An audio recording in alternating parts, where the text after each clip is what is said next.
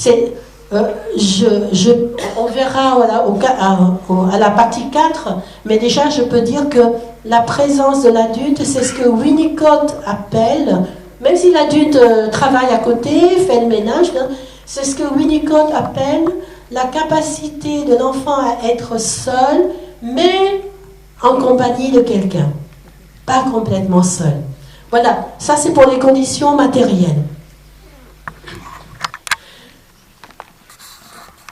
Et donc, par la présence et la bienveillance, soutenir les initiatives. Donc très souvent, quand les enfants n'ont pas l'habitude de jouer librement, et qu'ils ont beaucoup joué à des jeux de règles ou des jeux organisés, ou qu'on a beaucoup fait de propositions pour les faire jouer, parce qu'il y a cette tendance aussi, et bien vous allez avoir un enfant, 2 enfants, 3 enfants qui vont vous dire « je ne sais pas quoi faire ». Voilà, vous décidez que là c'est le moment où vous n'intervenez pas, ou vous allez les laisser nous jouer librement, 10 minutes passent, ils vous disent « je ne sais pas quoi faire, je m'ennuie ».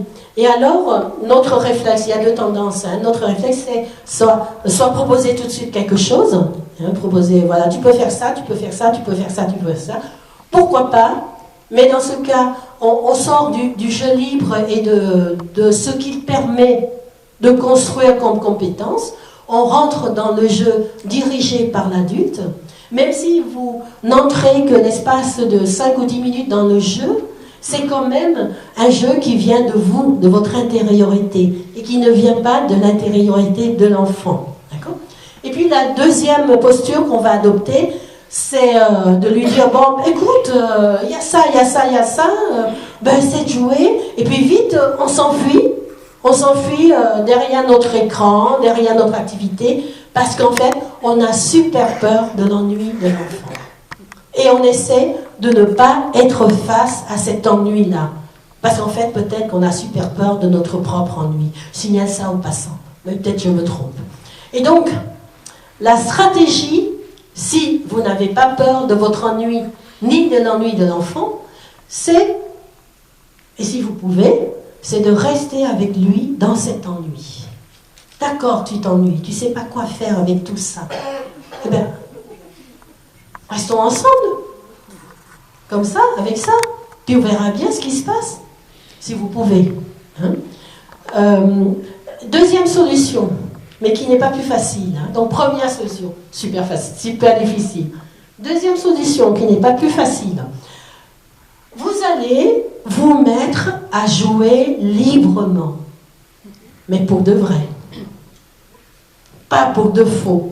Pas genre, je fais 3 trucs comme ça, pour donner l'impulsion, et puis après, il va m'imiter. Non, non.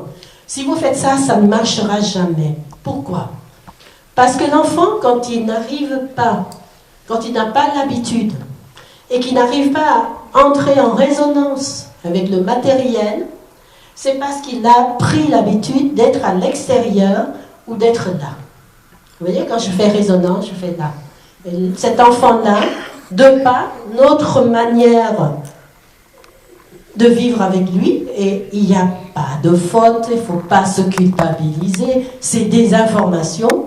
Il a pris l'habitude d'être à l'extérieur, d'attendre beaucoup de choses de l'extérieur, ou d'être là. Et donc, si nous, on est pareil, on fait la même chose, on attend de l'extérieur, ça veut dire qu'on va amener un jeu avec règles, qui est un jeu qui vient de l'extérieur, ou qu'on reste là, eh bien, ce n'est guère aidant. Mais si on arrive à descendre là, eh bien, il va être très intéressé par ce qu'on fait. Parce qu'il sent, lui, il peut sentir qu'il y a ce qu'on appelle un changement d'énergie, qu'on n'est plus là, on est là. Et lui, forcément, à un moment, il va descendre. Et c'est là qu'il va entrer en interaction avec l'extérieur. Mais c'est plus facile à dire qu'à faire. Voilà. C'est que nous, on est capable de s'ouvrir à notre environnement, de retrouver notre âme d'enfant et de laisser les 3 bouts de planche, les 4 morceaux de tissu, les 5 cailloux entrer en résonance avec nous pour pouvoir oser exprimer quelque chose à l'extérieur. Et qu'il n'y ait pas cette voix qui nous dit « Non, mais t'es complètement ridicule. tu la ramasses, tu es en train de faire n'importe quoi là. Et si le voisin il arrive, qu'est-ce qu'il va dire de toi? Voilà. L'enjeu est là. Et essayez, entraînez-vous. C'est à force d'entraînement qu'on y arrive. Et alors, qu'est-ce qui bloque? Les obstacles. Les obstacles quand on ne peut pas aider. Et bien voilà, avoir peur de se faire déborder. Qu'est-ce que c'est que d'avoir peur? Quand il y a un groupe d'enfants qui jouent ensemble, surtout quand ils démarrent un jeu libre, eh bien c'est souvent, soit c'est long, comme je vous ai dit, et c'est flippant, soit c'est c'est beaucoup de bruit, beaucoup de discussions, c'est chacun veut sa part, sa place et tout ça. Et un jeu libre, il a cette spécificité, au contraire d'un jeu à règles, c'est qu'on ne sait jamais à quelle sauce on va être mangé. Hein? On ne sait jamais quand ça démarre, on est complètement face à l'inconnu. On ne sait jamais si ça démarre, quand ça démarre, comment ça démarre. Déjà, si ça se passe, tant mieux. Puis on ne sait jamais comment ça évolue, comment ça se termine. Et donc, nous, on a super peur de se faire déborder. Et je vous promets que c'est pas si grave que ça. Parfois c'est pénible, oui. Quand ils commencent à s'empoigner et à se disputer, et parfois à se battre, c'est pénible. Mais bon, ben, c'est des choses qui arrivent. On fait obstacle aussi quand on a tendance à intervenir ou à parler fréquemment de peur que l'enfant n'y arrive pas. On a affaire à ce que j'ai évoqué tout à l'heure. Je ne sais pas quoi faire, je m'ennuie. Et voilà, exprimer différemment, se sentir gêné devant le vide. Il ne se passe rien. Et surtout, on a aussi tellement l'habitude, de par notre société de résultats, de vouloir que les réalisations de l'enfant, eh bien, ça en vaut la peine, ça veut dire quelque chose, ça en jette un peu, que parfois on est désarçonné devant leur investissement dans ce jeu libre et de voir la réalisation, quoi. Des fois, ça ressemble à rien, selon les normes de notre monde. Mais ça, c'est très important pour lui. Et voilà. Et les enfants qui ne jouent pas, ou qui ont l'air de ne pas jouer, ou qui jouent d'une manière qui vraiment c'est trop difficile, quoi. Je pense, et vous connaissez aussi, ces enfants qui dès qu'on les lâche courent partout, hurlent, sautent partout, et qui envoient valdinguer les objets, et qui poussent les copains, en fait. Je m'arrête là. Comment on fait pour les amener au jeu libre? Et en fait, la première chose dont il faut se convaincre, que c'est leur manière de jouer. C'est par cette manière-là qu'ils expriment leur intériorité. Et ils nous disent que c'est vachement désorganisé à l'intérieur de moi, tu sais. Je me sens morcelée dans tous les sens et j'arrive pas à me rassembler. Et c'est comme ça que ressemble mon jeu. Je passe d'un objet à un autre, je passe d'une posture à une autre, je passe d'un cri à un autre, et ce que ne dit pas, et ce jeu, cette façon de jouer nous dit que c'est vachement désorganisé à l'intérieur d'eux, mais ça ne nous dit pas que c'est vachement, il y a beaucoup d'angoisse à l'intérieur.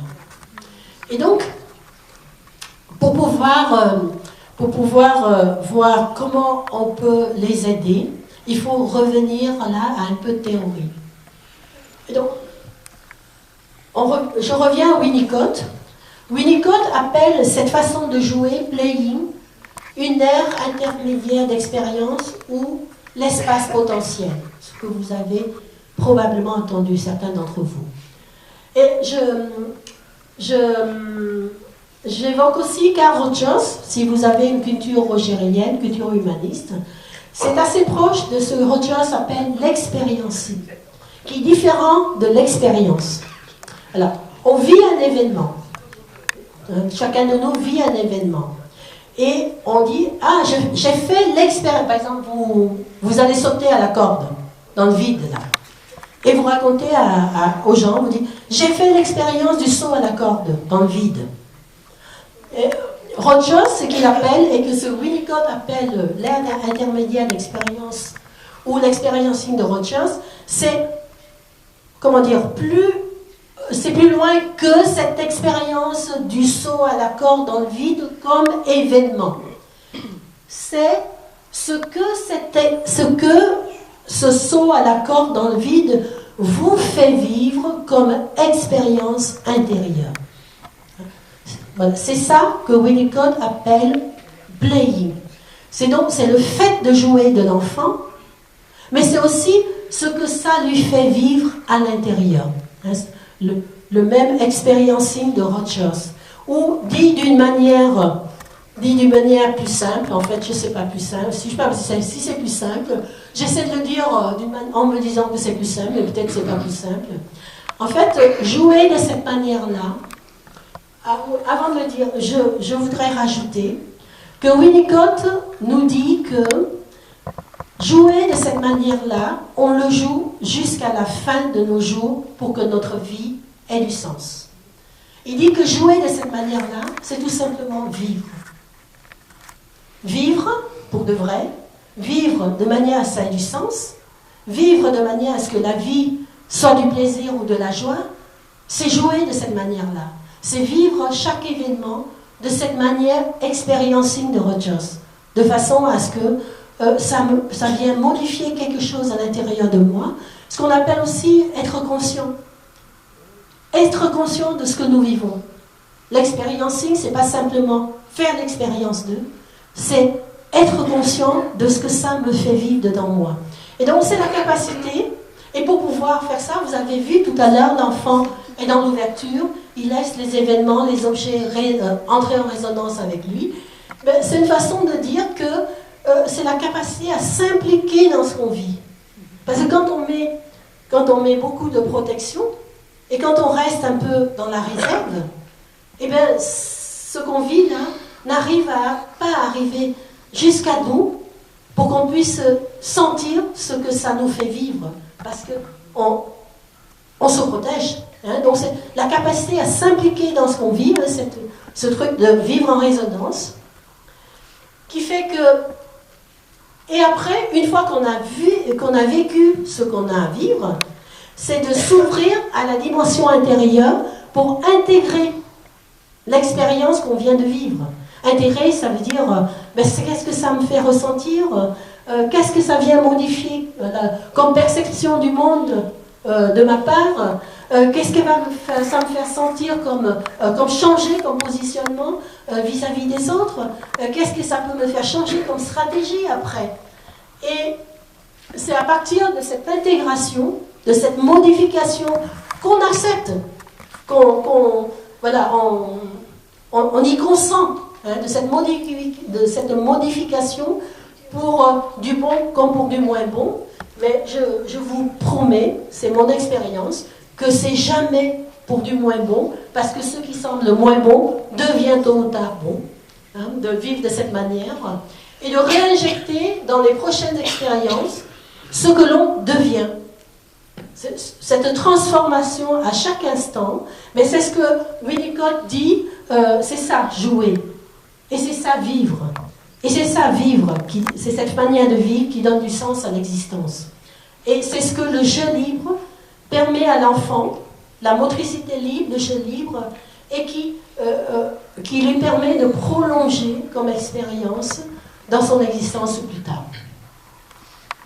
Et alors, on va regarder maintenant, qu'est-ce qui permet cela? Qu'est-ce qui permet qu'un enfant va oser cette posture-là dans un jeu et qu'un autre n'ose pas? Ou qu'un enfant va pouvoir jouer de cette manière et qu'un autre va exprimer de manière extrêmement désordonnée son monde intérieur, de telle manière qu'il n'en sort pas vraiment de construction intéressante?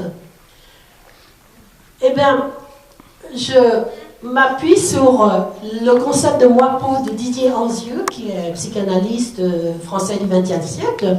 Et de ce concept de moi-peau, il a construit la notion d'enveloppe psychique avec Didier Houzin. Et là, ça devient peut-être un peu plus clair. C'est parce qu'il y a une enveloppe psychique. C'est parce qu'on se sent enveloppé. C'est parce que l'enfant se sent enveloppé dans quelque chose, un contenant